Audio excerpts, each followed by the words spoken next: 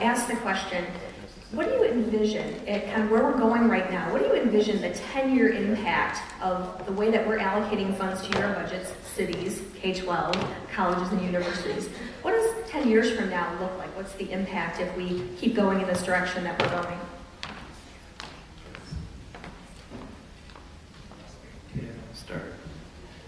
I can't see 10 years ahead. I can only see it about 2014 and 2015.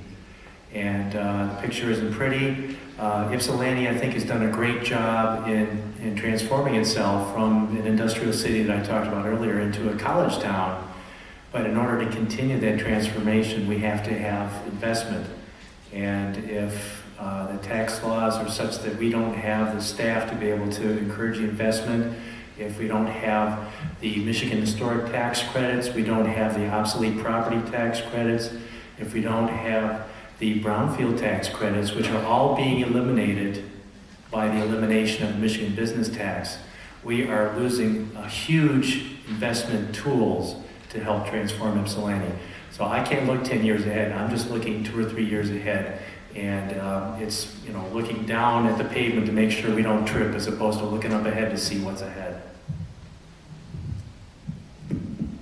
Wow. 10 years, that is a long way from where I'm sitting right now. Looking at our situation as far as the public school systems for Ypsilanti Public Schools, we couldn't make it 10 years without definitely seeing the possibility or of a financial manager or even the possibility of a school district shutdown. It's just that dire where we are. So I think you'd be looking at the possibility of probably a few more charter schools, but a real sense of urgency in the community on what to do with a large number of students in this area.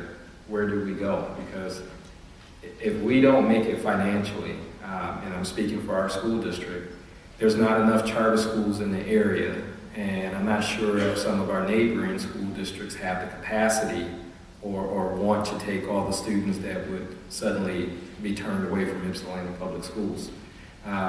We certainly see more kids falling through the cracks because there comes a point where there are too many kids in the classroom for a teacher to effectively do their job. We will see dramatic pay cuts and healthcare changes that would start to deter quality individuals from going into public education, or at least joining public education in the Ypsilanti area. So it's real hard to see 10 years right now. We're looking months down the road, and that's not a good place to be with the educational organization, but we're looking more like 10 months to 2 years, not 10 years down the road. That's just how we are. Well, if funding keeps going the way it does, Eastern Michigan may not exist.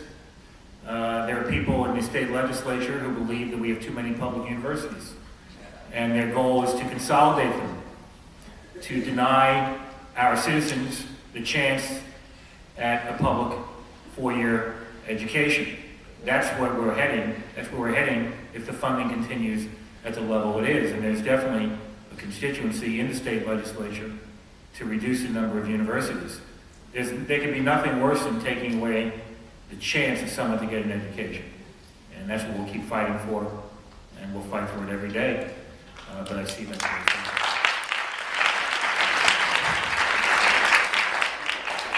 And Audrey, one specifically for you, given your area of study right now, we've talked a lot about Michigan's tax system being regressive and the impact that some of the suggestions the governor has made will have on our lowest earning folks.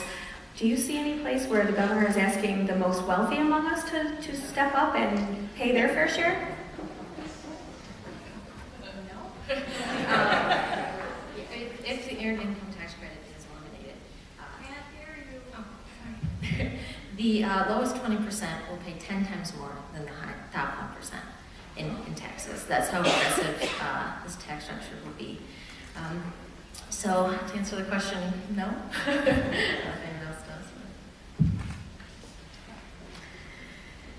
There are a couple that sort of go together in my mind here, questions that said, you know, clearly this is a very difficult budget situation and it's easy to criticize and to point at things that we don't like, but you know, what suggestions do we have to raise enough revenue to balance the budget and provide important services?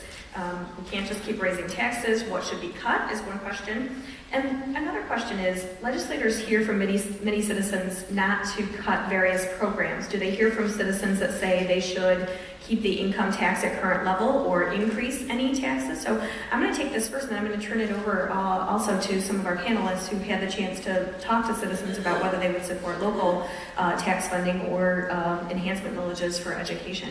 I will say, absolutely without question, I have citizens in our community who say to me every day, there are things that I value about our state, about education, about protecting our natural resources, about making sure that the roads are in good condition, that I care that those among us who are struggling have access to food support and health care, and I will pay more to make that happen. I'm so proud to represent a district that has said that to me often over the 5 years that I've been in the Michigan legislature. Now, there is no question that people understand that these are tough times and we do have to be effective and efficient and transparent with every dollar that we have of taxpayer money. There's no question there are programs that do need to be cut. I mentioned corrections in particular, and I do think that in these tough times, we have to come together as a community, not just the legislature and the governor, but you all here in this room and in rooms like this around the state and say, given how things have changed in Michigan, what is it that we want from state government? What programs and services do we want state government still to provide, and how are we going to pay for it? And I do think there might be some programs that we currently fund that we can't afford to fund anymore, and we might have to make decisions to completely get out of the business of doing some things that we do today. But when I think about the future of this state, having served on tax policy committees for 5 years, I listen to businesses, small and large, come before that committee and say, the reasons we came to Michigan or the reason we choose to stay in Michigan or expand in Michigan are, number one, the proximity to a qualified workforce. If we continue to de-invest in education from every level, from early childhood to K-12 to our public colleges and universities, that workforce is not going to be here in the future for those employers.